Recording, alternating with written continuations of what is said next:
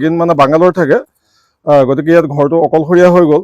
আৰু বাইদেউ থকা অৱস্থাটো বাইদেউ বেমাৰী অৱস্থাত বাংগালোৰত আছিলে বাংগালোৰত থকা অৱস্থাটো ইয়াৰ আগতে 3বাৰ একেখিনি কাণ্ড হৈছে চুৰি মানে মই চুৰি বুলি ক'ব নোৱাৰিম যিহেতু তলা খোলে দৰ্জা ভাঙে গ্ৰিল ভাঙে আৰু অত্যাচাৰ কৰি গুচি যায় কোনো ধৰণৰ বস্তু আজিলৈকে নিয়া নাই আৰু এইবাৰ চতুৰ্থবাৰ হ'ল একেটা কাণ্ড একো হ'ল যে এইখন গ্ৰিলৰ তলাটো ভাঙি আমাৰ এইফালৰ দৰ্জাখন চাবল দি পেলাই ভাঙি ভিতৰ সোমাই এইবাৰ এটা নতুন কাম কৰিলে কি যে চিচি কেমেৰাৰ যিটো ডিভাইচ আছিলে ৰেকৰ্ডিং ডিভাইচৰ গোটেই ছেটটো তেওঁলোকে লৈ গুচি গ'ল আৰু বাহিৰত যিকেইটা চিচি কেমেৰা আছে তাৰে এটা চিচি কেমেৰা ভাঙিলে আৰু বাকী চিচি কেমেৰাকেইটা ওপৰলৈ মুখ কৰি পেলাইছে যাতে তেওঁলোক ফ'কাচিঙত নাহে গতিকে আচৰিত যে যিবাৰে আহিছে চতুৰ্থবাৰ হ'ল এই চতুৰ্থবাৰো একেখিনি কামকে কৰি গৈছে কোনো এপদো বস্তু আমাৰ পৰা নিয়া নাই ইতিমধ্যে অনিষ্ট কৰে ইতিমধ্যে আমি হেলেম আৰক্ষী থানাক অৱগত কৰিছো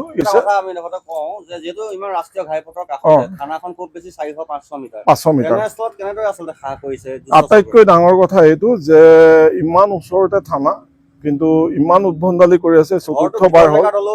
হাইৱেৰ কাষত উদ্ভণ্ডালি কৰি আছে কিন্তু এতিয়ালৈকে ধৰা পৰা নাই কোনে কৰি আছে এই কামটো কিয় কৰি আছে গতিকে এইটো আমাৰ অলপ এতিয়া আমি চিন্তাত পৰিছো অকল ময়ে নহয় আমাৰ যিখিনি ৰাইজে গম পাইছে সবেই চিন্তাত পৰিছে যে এই ধৰণৰ হ'লেতো আমাৰ ইয়াত থকাটো অলপ দিগদাৰ হৈ যাব গতিকে মই আপোনালোকৰ যোগেদি পুনৰবাৰ আমাৰ পুলিচ প্ৰশাসনক অনুৰোধ জনাইছো তেখেতসকলে বিষয়টোৰ ওপৰত গুৰুত্ব আৰোপ কৰি ক্ষীপ্ৰ তদন্ত চলাই দোষী কাৰ্যত কৰিব পাৰিলে আমি অন্ততঃ ইয়াত থকা বাসিন্দাখিনি কিছু শান্তিত থাকিব পাৰিম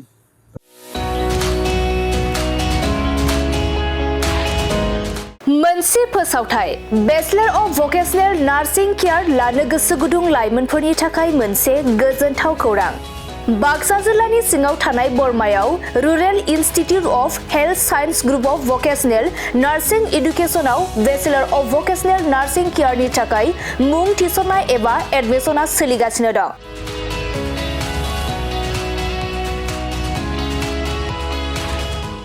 बेचलर अफ भकेशनेल नार्सिं केयाराव मुं थिसननो थाखाय फरायसाया जायखिजाया स्ट्रिमनिफ्राय एचएस आनजादखौ उथ्रिनाय जानांगोन लोगोसे बे बेचलर अफ भकेशनेल नार्सिं केयारनि सार्टिफिकेटनि भेलुआ डिग्री लेभेलनि समान आरो बे डिग्रीखौ Scope Global Skill University Bhopal Madhya प्रदेशनिफ्राय होनाय जागोन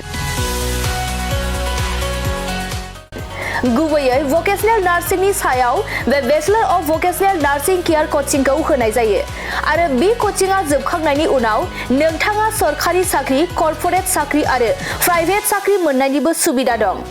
बेनि अनगायैबो बे कोचिंआ जोबखांनायनि उनाव प्लेसमेन्ट साख्रिनिबो सुबिदाखौ नोंथाङा मोननो हागोन बेनिखायनो जाय बिथांमोना बे bachelor of vocational nursing care कोर्सखौ खालामनो गोसो थाबैनो नैबे 8723035865 जानबुं नम्बराव सुराद लानानै गावनि मुंखौ थिसननो हागोन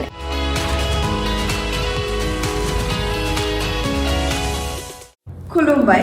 आं नोंथांमोननो दिनै बे भिडिअनि गेजेरजों जोबोर मोजां मोनसे खौरां फोसावनो थाखाय लाबोनाय जादों जोंनि बाक्सा जिल्लानि सिङाव थानाय बरमायाव rural institute of health science group of vocational nursing एडुकेशनाव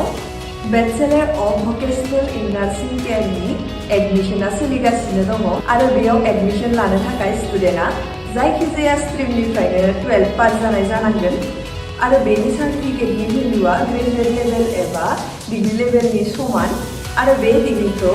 scope Global Skill University Bhopal Madhya प्रदेशनिफ्राय होनाय जागोन स्पेसियली भकेशनेल नार्सिंनि सायाव बेस खालामनानै बे कर्सखौ होनाय जायो कर्स कमप्लिट जाखांनायनि उनाव गभर्नमेन्ट जब कर्परेट जब आरो प्राइभेट जबजों लोगोसे फार्दार मास्टार डिग्री खालामनो गोसोब्ला खालामनोबो हायो आरो बेयाव कर्स कमप्लिट जाखांनायनि उनाव प्लेसमेन्ट जबनिबो सुबिदा दङ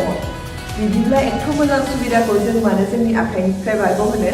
जाय बिथांमोना बे कर्सखौ खालामनो गोसो होनाय नाम्बाराव थांनानै थाबैनो कन्टेक्ट खालामदो आरो गावनि सिटखौ बुक खालामनानै गावनि फिउचारखौबो ब्राइट खालामदो थेंक इउ